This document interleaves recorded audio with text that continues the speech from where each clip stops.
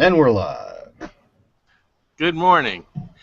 This is the Main Street Live Show with Gary, John, and Ken, the editor, who's all Murfreesboro'd up today with his City Cafe mug and his MTSU hat. And I'm not going to drop any names, but everybody would know him by the voice of the uh, Rutherford Chamber of Commerce. When you call in, he is the voice that tells you to punch 1 and 2. We saw him yesterday, and there's only about 30 so more days until football for MTSU, and then his favorite basketball starts up a couple months after that. But good morning, Murfreesboro. Today, Gary is in Smyrna.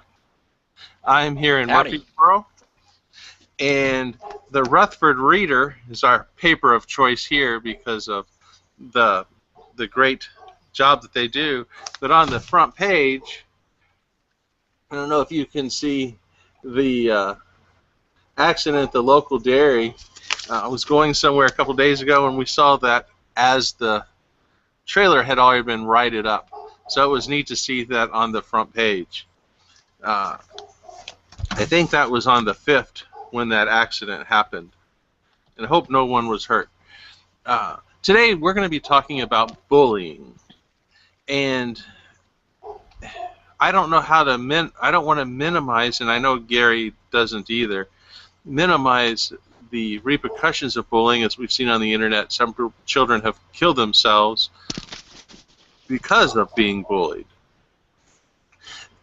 But what we'd like to try to figure out or start a conversation today is, what is the difference between old-fashioned being picked on and children learning how to deal with each other, and then what today, and I've gone to several Rutherford County schools here in Murfreesboro and in Rutherford County, and they mostly have some sort of banner or sign. And to summarize, one of the points is, if you even look at somebody cross, that can be considered as bullying. So good morning, Gary and Ken. All Good right. morning. Gary, what did Sorry, you find out? did you? Okay. Go ahead, Gary, and tell us what you found out about bullying. Okay. I think the first thing we need to establish, of course, is what actually bullying is and what it is not. If you go to stopbullying.gov, there is great resources there about, defining what bullying is, and I want to go over some of what they have. So, what is bullying? They say aggressive behavior may be bullying. Notice how it's in the subjunctive. It may be bullying, depending on what happened, how often it happens, and who it happens to. And they have a definition. They say bullying is unwanted, aggressive behavior among school-age children that involves a real or perceived power imbalance. The behavior is repeated, which I think is a key, or has a potential to be repeated over time. So we're not talking about, in other words, what they don't mean is like a one-time incident, and they give examples of what they're talking about. So bullying includes, it's not just that these things happen, but it includes actions such as making threats, spreading rumors, attacking somebody physically or verbally, and excluding someone from a group on purpose. So give you an example of how they're trying to define bullying is that they're not talking about, say, for example, when it says making threats, okay? I don't care who you are. If you're in high school and you're around a lot of people, there's a good chance that somebody's going to make a threat to you or you to somebody else. Maybe it's you bump into somebody or whatever it could be, or maybe that you start dating somebody else's girlfriend. There's a lot of things that can constitute a threat being made, okay? But that is not what this is talking about. This is talking about kids who are basically being singled out to these things, and they're constantly receiving these things from the same people. So to give an example, I've worked with several people in my work. I've been doing this work for 10 years, and sometimes I'll have people who come from a background where they were actually bullied. And basically, in those bullying situations, they have those threats, rumors, being attacked physically or verbally, and this is what happens when they go to school. It's just their life every day. I've seen it get so bad that parents have had to take their kids out of the school they were going to and put them in a different school because it had gotten that bad. And I've also seen it to where kids have taken parents out of school and started homeschooling because it was on a daily basis. There were certain groups of people picking on this child, making threats, attacking them physically, verbally, etc. Now, with this particular definition, the one issue that I have is excluding someone from a group on purpose. Just because people differ from me, okay? I don't include everybody in my group, okay? And that's not necessarily a bad thing. So I think that's definitely a part of the definition we have to be careful about. I think it's okay for a person to have a group of friends, and if they want to exclude somebody, I don't think there's anything wrong with it.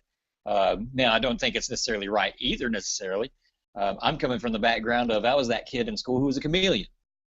I didn't necessarily fit in one group and one group only. Okay, I could see kids who had differing interests and sit down with them at the lunch table and strike up a conversation just as easily as I could another group. Okay, so I wasn't that person who necessarily separated myself off, but and I think there's a lot of value with connecting. I think there's a lot of value with learning different people and what their interests are.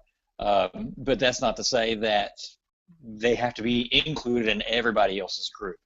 So that's one part of that definition that I have a little bit of an issue with.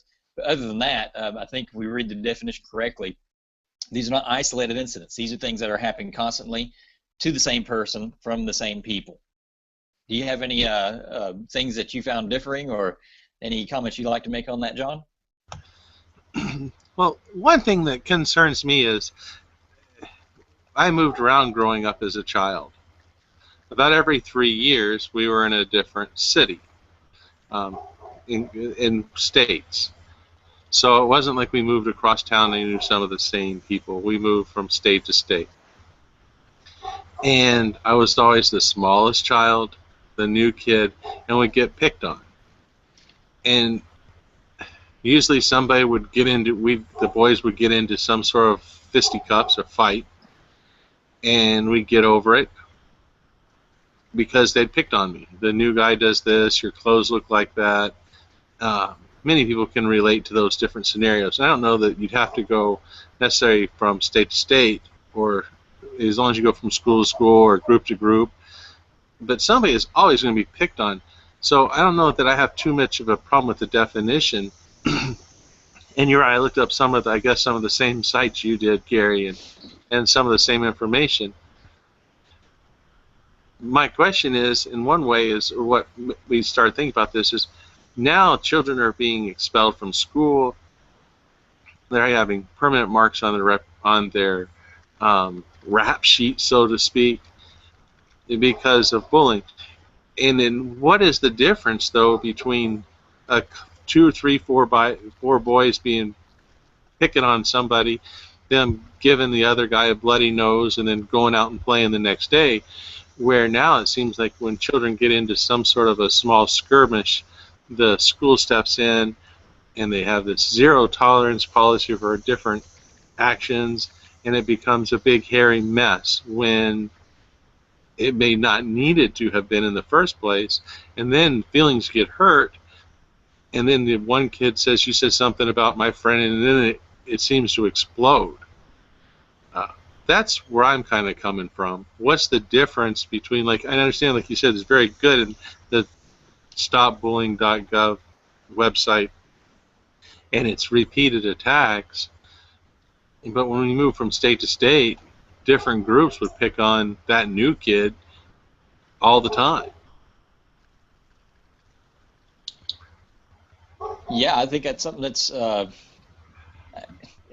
two, I think, I think that's something that each teacher and each principal and whoever is in the administration of a school, I think that's something they really have to play by ear. I think that's also something they have to do a lot of listening. So listening to the situation, listening to the children involved, especially the people who are being bullied. Now, that's not to say that they're always going to be honest, because let's face it, a kid may be having a difficult time, and I've seen this happen with clients where they weren't completely honest about what was happening because they don't want parents to worry about what they're going through, and they don't want parents to be, I don't know, feeling upset or guilt about maybe if they went on a move. So, it definitely is a three-dimensional puzzle that we have to look at. And once again, I think one of the things that we have to be careful of, anybody who is in an administration, and going back to that strict definition, is that a lot of things are isolated incidents, and that's I can't really say that I was bullied in high school or middle school. I definitely can remember, times where there were isolated incidents where you just have a clash with somebody else over some difference, and that happens, But none of those were actually bullying. And I think we have to just watch that definition. Is this consistently happening to this child? And I've seen in cases of people I've worked with where the administration was doing nothing, and that's typically why the parents where the parents of these kids moved their child out of the school to a different, either homeschool or a different school altogether, because it's just nothing was being taken care of. So I think that's just where the watching has to happen is how often, this is going on. And plus with the new kid, I don't have that experience, but would you say as the new kid over time, does that calm down? Well, from my experience in where we had lived, there was a lot of government employees' children, so there were several new kids usually a year at different schools.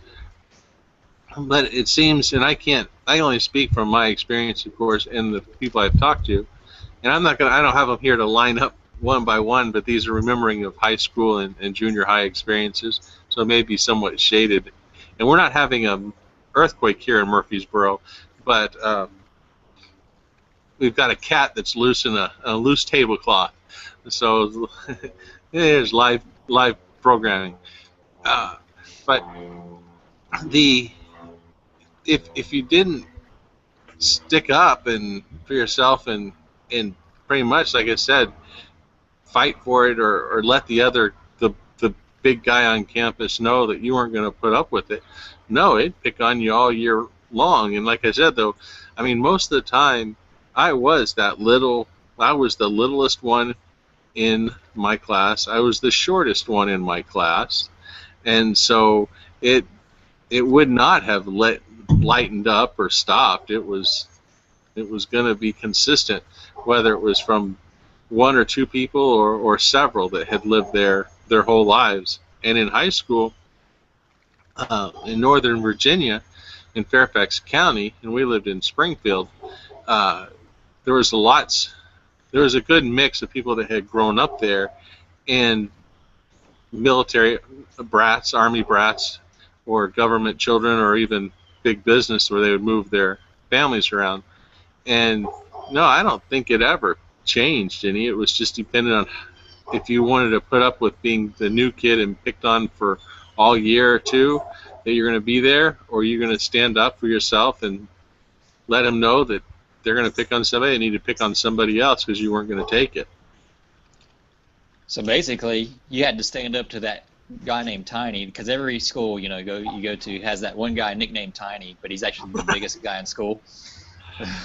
And basically, even though if you might have had to take a beating, you take it anyway, but after that, you're not the picked on kid anymore. Because I think most bullies, or most people that pick on children, for the most part, they're like water. They pick on the easiest one. They take the easiest route. So I learned very early in life, that if I wanted to be picked on the whole time, I could just take it, or I could stand up for myself. And of course, what I've told our children, and my mom and dad told me, of course, tell the teacher first. There's steps you take to stop it. It's not the Wild West. You don't take justice into your own hand. But that case you noted, Gary, about the school was doing nothing. Schools are going to take it on the chin, and it pains me to say, if they do too much, they get bad press or bad feelings, and if they do too little. So they're almost caught in a no-win situation. But they chose that job, so I don't feel sorry for them. I just think they need to figure out a better way with as many school districts as we have, excuse me, in this country, as many, the situations are all the same. School district is school district, different children, but the result is the same.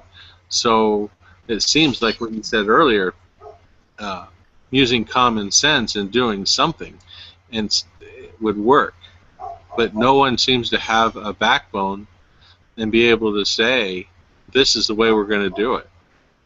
We're not. Yeah, that's something to look up, I think, because I actually personally don't know if there is a standard operating procedure for, I mean, how do you deal with a bully circumstance? I mean, hopefully they do. I can say in at least one of the incidents of clients I've worked with that they were going to a private school, and this particular person was on the lower end of the kids who go to this school, and I think some of the other kids who were bullying are the kids on the higher end, and I think there may be even a bit. You mean financially? Yeah, exactly. Okay. Yeah. So in that particular case too, there could have been like that pool of, okay, well, these kids over here, their parents, put a lot of money into these programs, put a lot of money into this, and and there might be that temptation in some of those circumstances, like in a private school like that, to maybe I should turn the other cheek, not turn the other cheek, but kind of turn away from this and not maybe make too big a deal about it, because I certainly don't want to lose that support.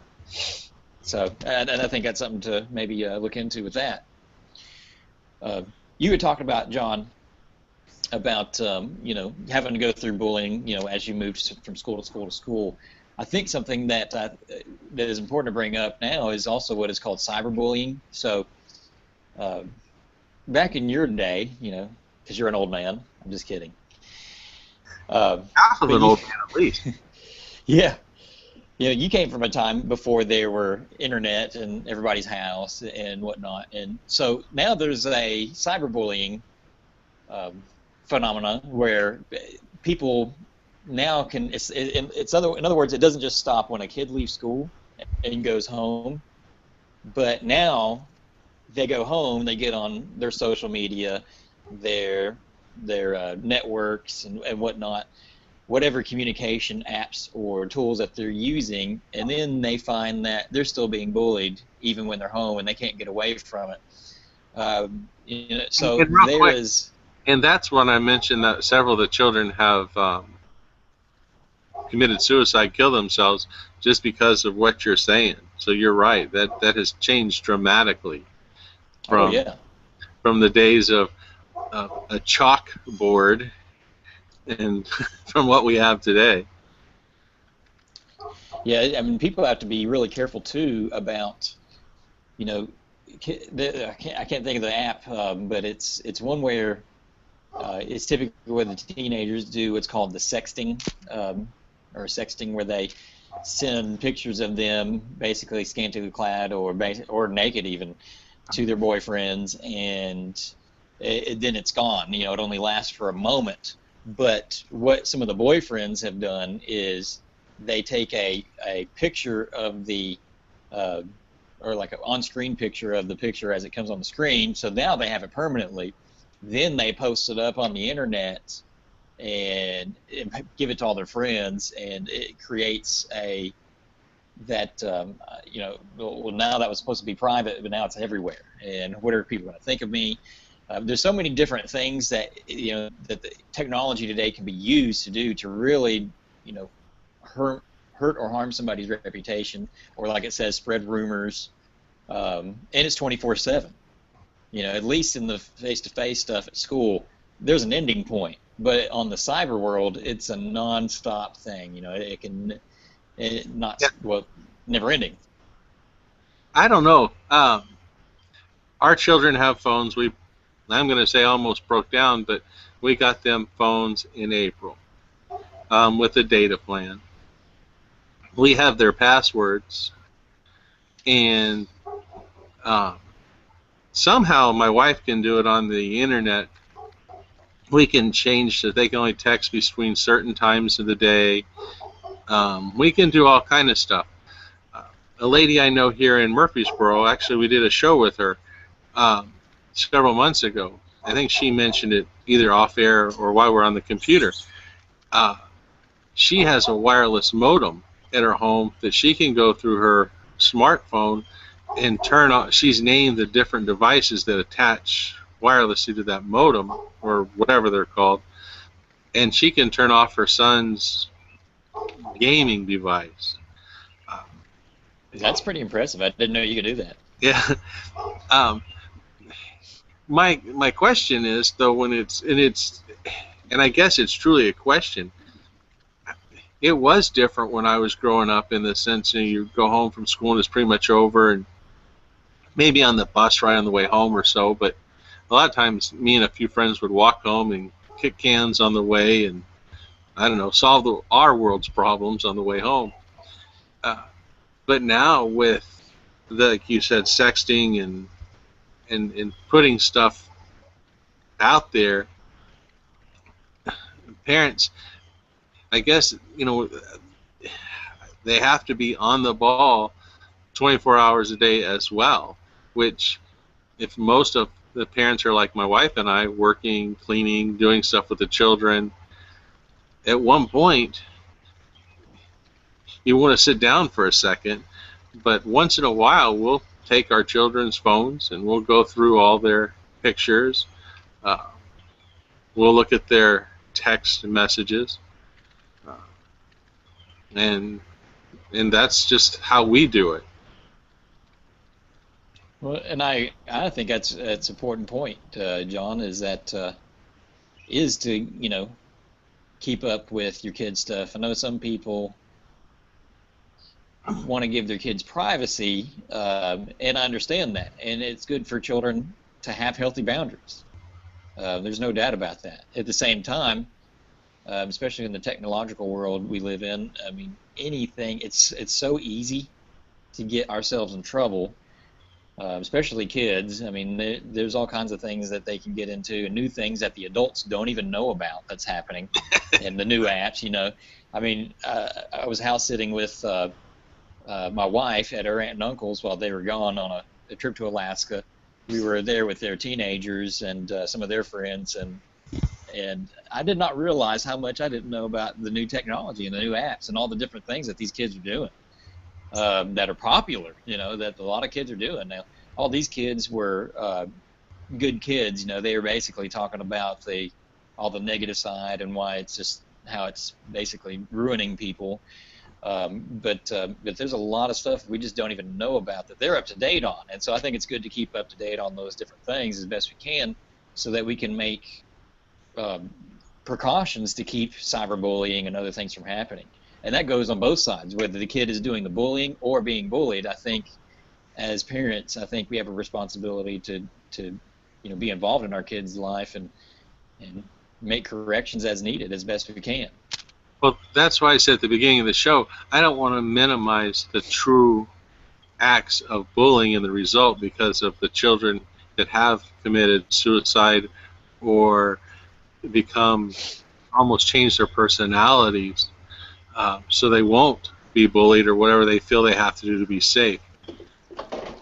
But there is some sort of a distinction or a line other than a definition that was made up by somebody, and I don't know their values, between the children just being picked on in school and use the chalkboard. I mean, I remember seeing several children having to write on the chalkboard, "I will not do this, I will not do that," 100 times or whatever it was, and then they had to clean off the chalkboard with the erasers, and then go outside and beat the erasers and get the chalk off the eraser. And it took time for all that to happen, and it stopped them from, for the most part, bullying. But then most of the parents didn't, at the time when I was going to school, come in and say, "You hurt my child's feelings." If I hear that one more time, I think I'd like to hurt somebody's feelings. That's called enabling, by the way. And I think that's something that we have to be very careful of, is enabling others to continue bad behavior. Are you familiar with that book, Boundaries, by Cloud and Townsend? No. I'll tell you what my boundaries were when I was growing up. There was What's there was a sidewalk in front of our house, and one of the ladies, May, that kept me, she said, if you go past this crack on this side of your house and this side of the crack on this side of your house, I'll show you what the result of crossing a boundary will be. And I don't think I remember crossing that crack more than one time. And I learned what boundaries were. I had all the freedom I could have and needed within my boundary. It was more of what could I do inside of what I had than pushing the line, because when I went outside that boundary, it was not fun. And well, that's the exact point of what a boundary is. The opening part of the book, they talk about a parent or parents that they're working with, and they're talking about, oh, our son is getting into trouble. He's doing this and that and that. I mean, we can't seem to get him straight, and he keeps doing these things. We keep having to bail him out of jail and juvenile and all these different problems and having to pay for all these lawyers. And he looks at them and he says, your son doesn't have any problems. You have problems. You're kidding me. Don't mean real quick. We were in I don't know, about a year ago, we were in an auditorium, and this lady turns around and she goes, that kid is awful. And she starts pointing to several children. A kid is a barnyard animal, but she pointed to children.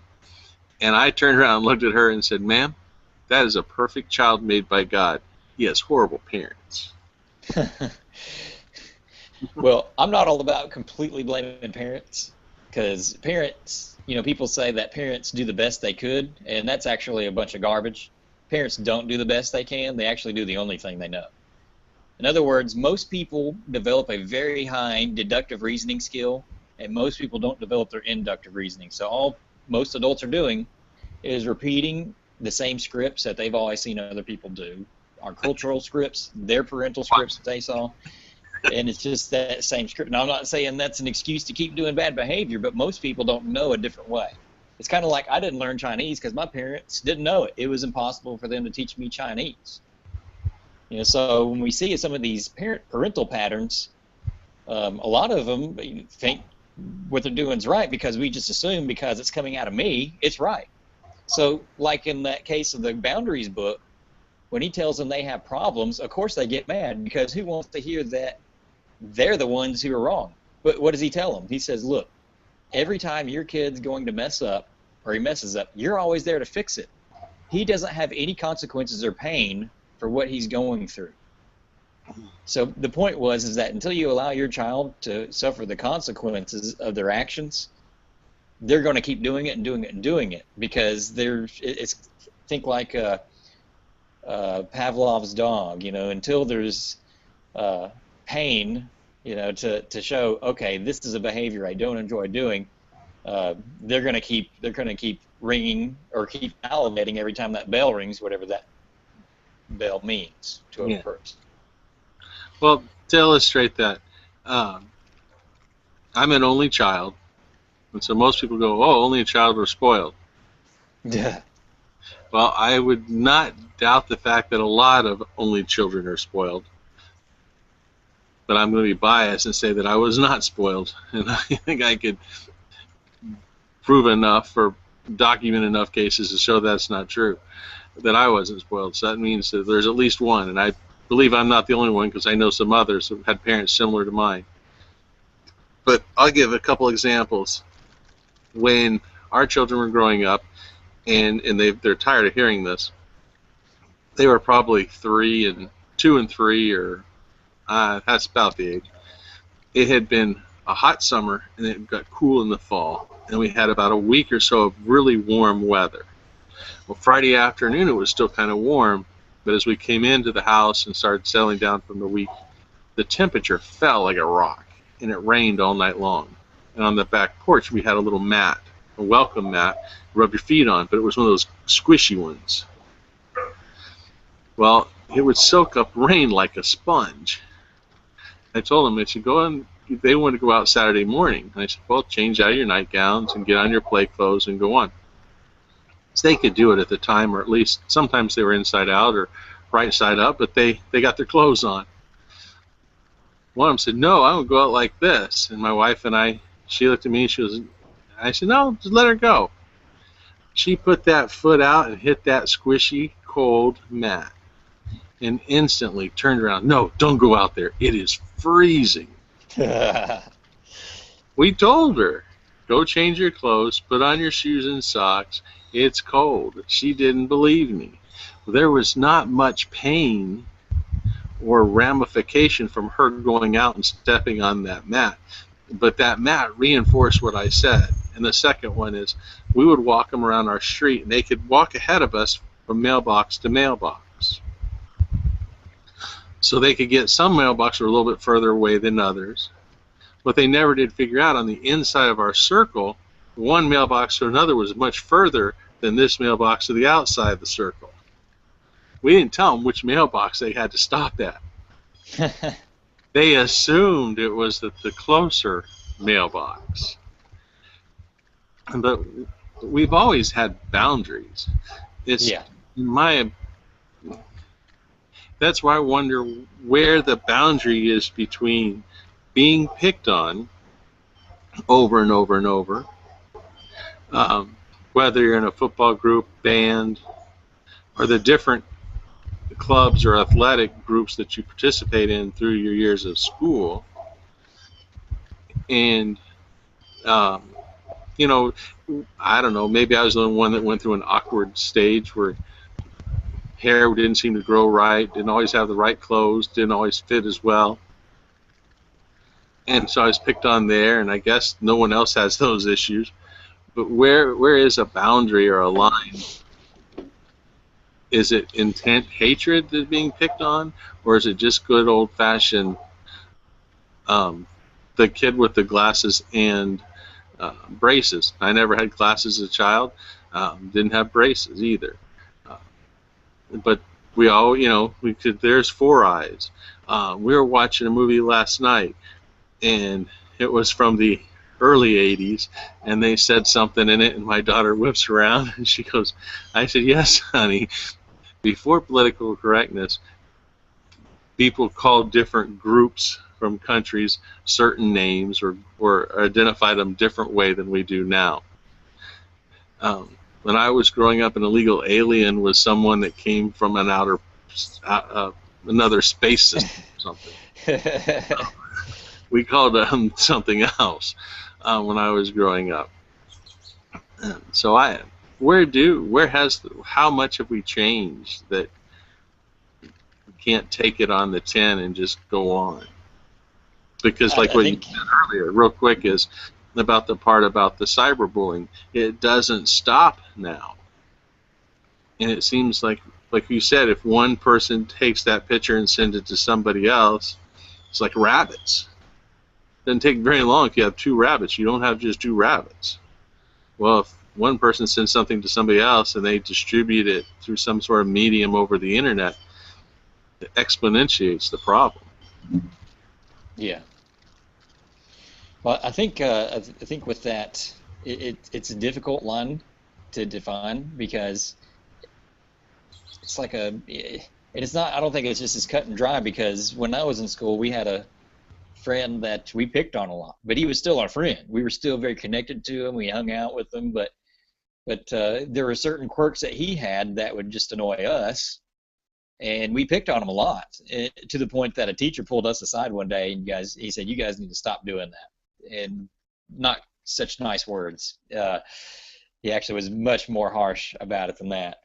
But it wasn't until later that I working with people who had been bullied, and just basically every day they went to school was hell, that I realized, like, maybe I need to go talk to him. So I actually talked to him one day, and I said, "Hey, man, all of the times that we messed with you, I mean,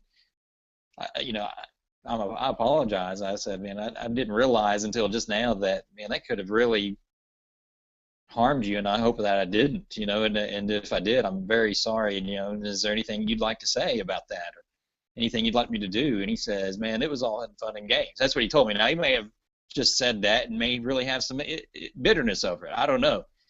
And that hasn't kept us from hanging out since then. But, and that may be a difference too, is that in the cases where I've seen kids bullied, they weren't part of the group. But this guy was part of a group, But he also did stuff back to us. So maybe there is a line there that we can use as a defining, because we had a lot of fun together. It wasn't just us against him the whole time, but we certainly had our moments where we picked on him. And I think too, with what you've talked about with the cultural perspective getting involved, and how far does it really go? I was looking up just stuff about this, and there was a documentary called Bully that came out not too long ago. And this is not the same Bully that was out when I was younger. And there was a movie called Bully that was based on a true story where this guy was bullying this group of kids. It was the individual versus the group. And they killed this kid. The group killed this kid who was bullying them and tried to hide his body and everything. Now, that's a different documentary, a different movie called Bully, but this one is one that came out not too long ago, and it's addressing this particular issue of kids being bullied, and it talks about two young boys who committed suicide. But here's how far it's going, and one of the things that I looked up about this, and remember to the audience, we're not trying to minimize kids being bullied, okay? Because that is wrong, and it doesn't need to happen. However, it seems almost like this anti-bully culture is now stretching itself to limits. For example, in this particular article, it's on Slate.com. Basically, what they pointed out is they liked several things about the movie, but here's some things that they didn't like. They said, what we don't see is Tyler. It's one of the young men who committed suicide. Tyler's mental health history. So the movie conveniently leaves out some things that could have also attributed to his suicidal tendencies. It says, here's some of what's missing. Tyler, who died when he was a junior, was diagnosed with ADHD, bipolar disorder, and Asperger's, or autism with a normal to high IQ, in 6th grade. 5 weeks before his death, Tyler's father found him in his room messing with belts and asked his son if he was contemplating suicide. Tyler said no, and his parents believed him. About 2 weeks later, however, on September 25th, 2009, the Longs took Tyler to see a psychologist, at least in part because he wanted to go. Tyler's parents, Tina and David, didn't tell the psychologist about their suicide concerns or report that their son was being mistreated in school, even though the psychologist asked about this specifically. So basically, what they are pointing out in this article is that the movie portrayed that this kid was bullied, and that was the contributing factor that led to his suicide. Well, I can tell you from my personal experience in working with people with bipolar disorder, people with bipolar sometimes have suicidal thoughts without having to be bullied. Okay, that's one of the things that can sometimes go along with the territory. I worked with someone that had bipolar disorder. Very nice person. We got along great, but if he didn't take his medicines and really go to his doctors and the different programs, he really became unbalanced, and it was a shame. And I know somebody else whose wife had bipolar, and she committed suicide. It's very serious, and the person is good and lovable, but just it's a mental condition that is just so. If we're not aware of it, it's heart-wrenching what they go through. Yes, and it's a disorder too that I think sometimes people who don't understand it look at it and say, well, you just don't read your Bible enough, or you just don't know how to deal with things that are going on. And in other words, I think oftentimes people who don't understand bipolar disorder minimize it, and they make less out of what's going on than what really is. Because I mean, I'm like you. I have people in my life who are in that same category where when they're taking their medicines, they're normal, but they get to that point sometimes where they think, well, I don't want to take my medicine anymore. They come off of it. Next thing you know, they're having suicidal thoughts. They're being sent to an institution again, and it's not a pretty sight to see. And I think in this bullying case too, where in the movie anyway, they actually knew about this information. The people who did this article had a conversation with the people who did the movie. They knew about the information but purposely left it out. And I have a problem with that, because it's kind of painting that one-sided picture that, okay, bullying leads to people committing suicide, not showing the other issues and problems that are already going on too. So it's not just a black and white issue, I don't think, in some of these cases. I think we need to look at it deeper and find out all the facts. And of course, we know that media has a tendency to do that. And yeah, people make mistakes. Okay, let's grant that people make mistakes and they don't get all the information. But sometimes they do, and they purposely paint the picture to show something so they can push their particular agenda. Now, once again, I'm not saying people ought to bully, and I'm not making light of it, but at the same time, I can see on the flip side, we do this pendulum effect where we're either ignoring it and minimizing it, or blowing it out of proportion and making a bigger deal sometimes so I can push a particular political agenda and get reelected.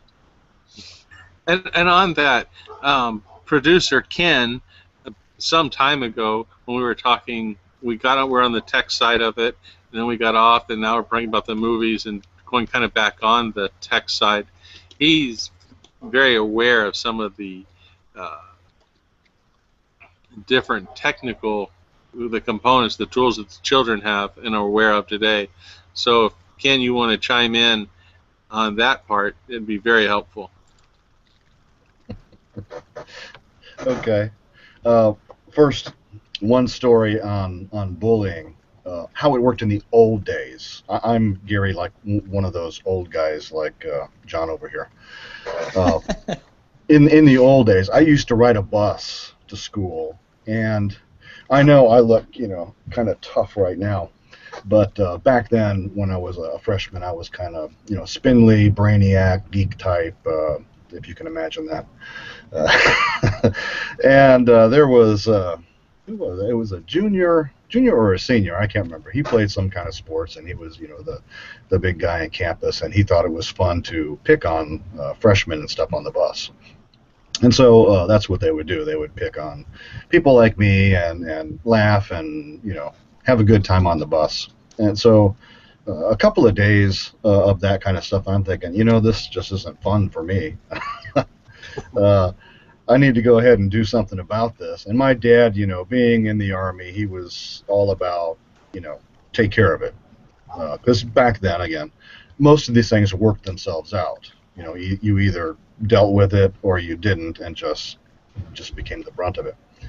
So my thinking was, they like to do this kind of stuff in front of their friends to have a good time, and promote how great they are in front of their little clique.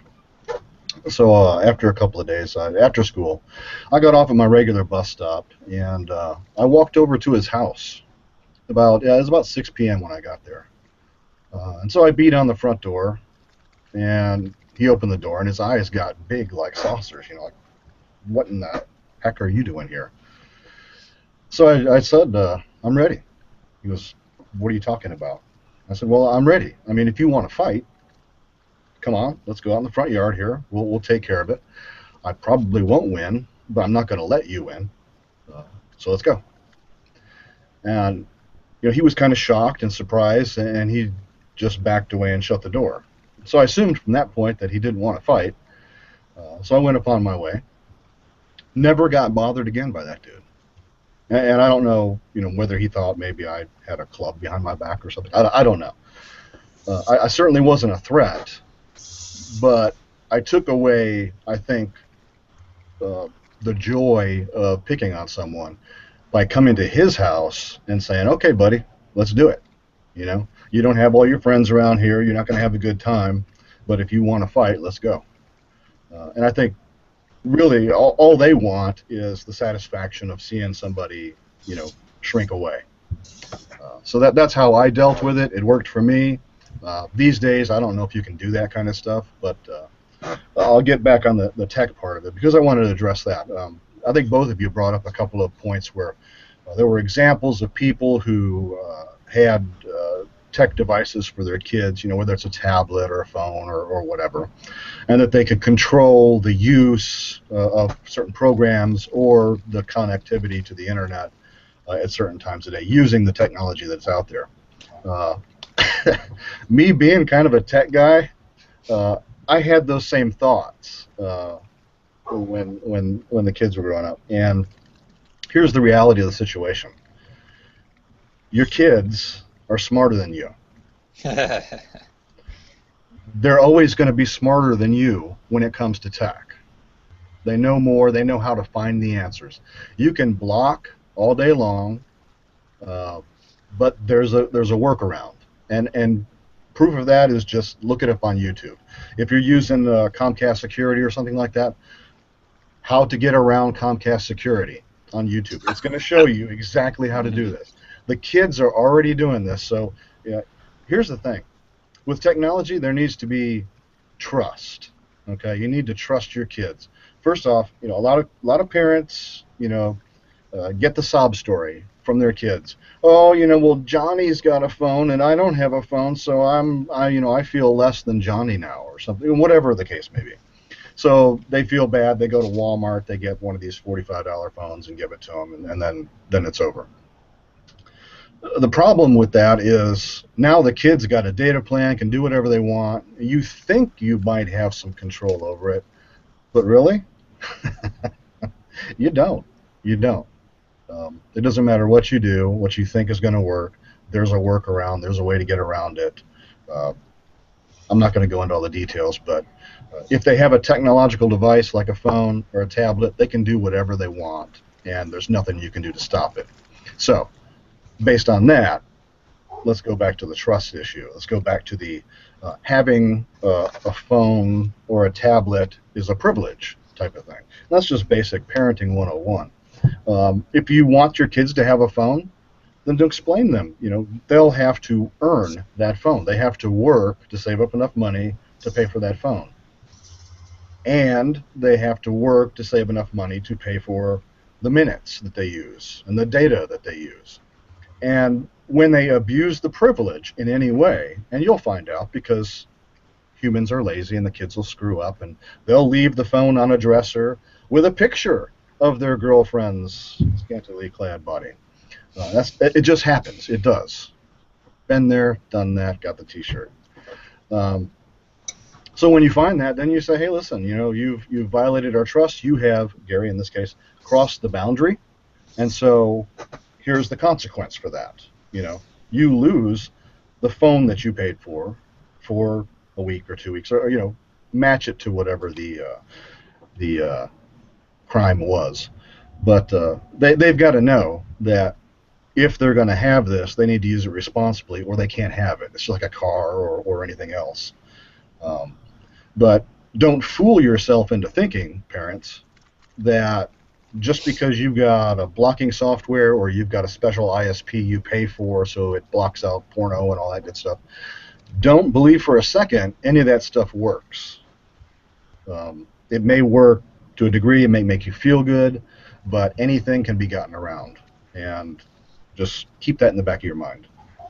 Well, on that trust issue, Ken and Gary, one thing, Mom and Dad, when I got a car, they said, we trust you, it's the others. And that used to drive me crazy. But the part of that is, we trust our children with their smartphones, but that doesn't stop people from sending them information. Now they can block the call, but then the information is already there. The picture is there, the video is there, the bell has been rung, they've seen it.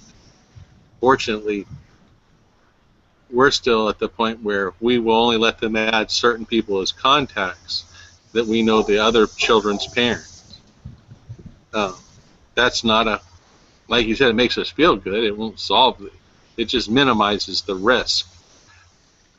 So I've always tried to figure out how do we minimize the risk on one side, maximize the use of the phones or the smartphones or the computers that they have. Because just doing this Google Hangout,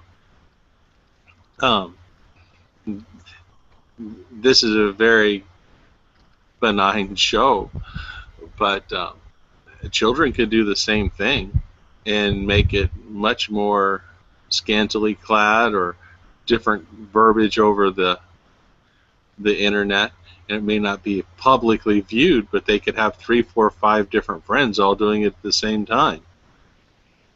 So, like anything else, I guess something can be used for good or evil. That's something I agree with. I want to hit up something Ken said earlier too about where he went to the door, knocked on the door, and basically confronted the guy, and the guy did nothing. And I think something that I was taught is that there's always two people in a fight, well, at least two people, but there's the guy who doesn't want to fight, and there's the other guy who's glad. And I think sometimes if we teach the reality of majority of the times, if you approach somebody and say, okay, let's buck up and get ready, the person doesn't want to fight anyway, So, and that's something in our experience, and maybe that's why me and my friends, we had isolated incidents of threats and the other things that were defined as bullying, but we also are like, screw you, and whatever else. We said, well, probably a lot worse things than that actually back then, but this is a family show. Do what? This is a family show.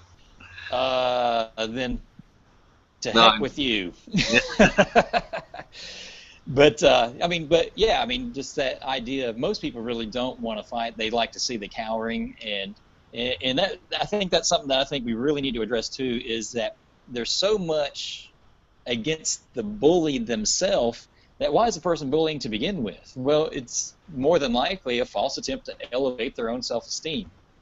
So my question is, and I haven't really seen anything about this, but who are actually helping the bullies?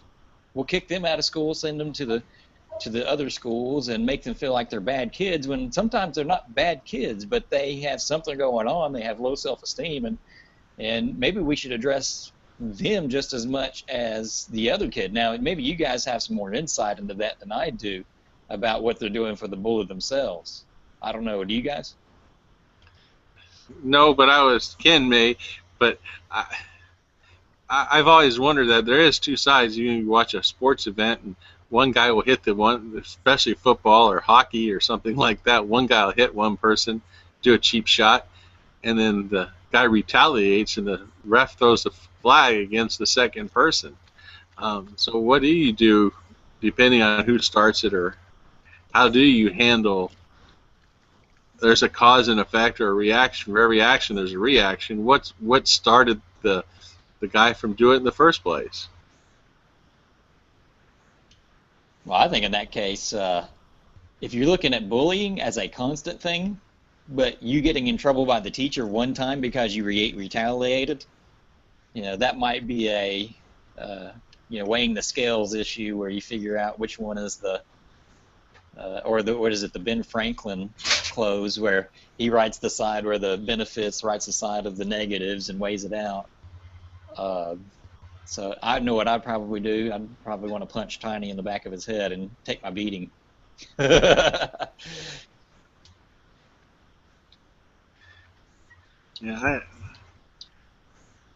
I don't know. It's hard to figure out what do you do, not only to protect the innocent, but to punish the guilty. And give them their boundaries. What if you do this, this is the result, and then make it stick.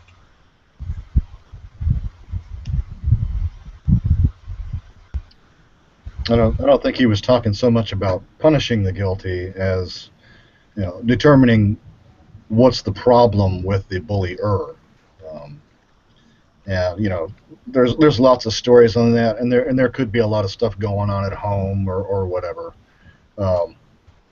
I think like in my case, I think the guy, it was just kids being kids, and you probably hear that thrown around a lot. But let's be honest. When you get one person is good, a group of people are idiots. That's that mob mentality. So if you get one person starting something just to have some fun, then it escalates. So a couple of kids picking on the little freshman or whatever, it's fun, and it'll just keep on going unless it's checked. And usually, back then the bus drivers would say, "Hey, man, get off the bus. If you're gonna be fighting on the bus, get off the bus." and then you don't get to write it for the rest of the school year.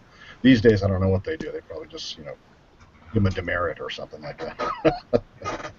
But yeah, I mean, probably a lot of kids really don't have terrible issues. They're just a victim of the environment, the mob mentality, the back of the bus kids, and then they're all trying to show off and do stuff like that. I don't think there may be any deep-seated problems with this dude.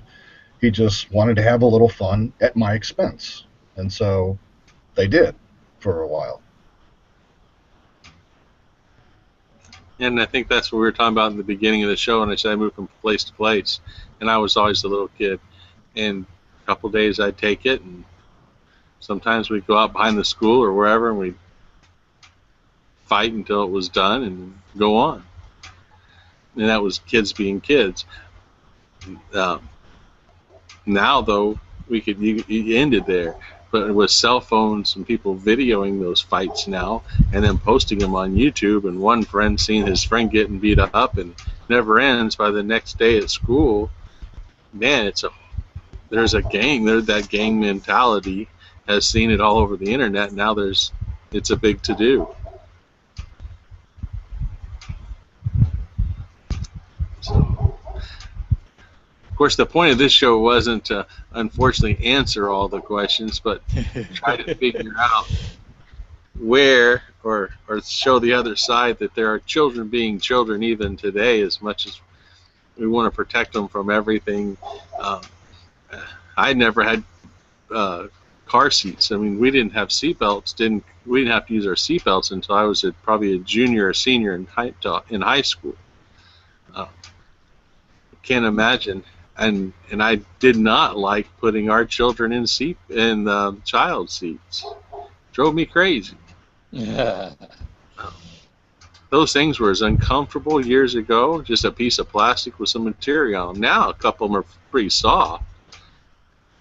But still, they're trapped in there with the blinders on, and it's like they're in a race car seat. And NASCAR has called child safety seats. They're in bucket seats. So that's funny. We had it's almost time to go. I know we had that station wagon the family station wagon. You laid the seat down, and it became that big deck, and had a little scooter with wheels. And I was riding around the back of the station wagon while the parents were driving down the highway. Was it right or wrong? Figure that out. Some people say, well, we were in a small accident and our child is forever either hurt or killed because they weren't strapped in. So, how do you deal with it? We just went to Wisconsin a couple of weeks ago, and I noticed the guys driving the motorcycles. They did not have helmets on. Well, why should they not have to have a helmet on, and we've got seat belts? That makes no sense to me. That's a different show for probably a different day. Yeah, probably.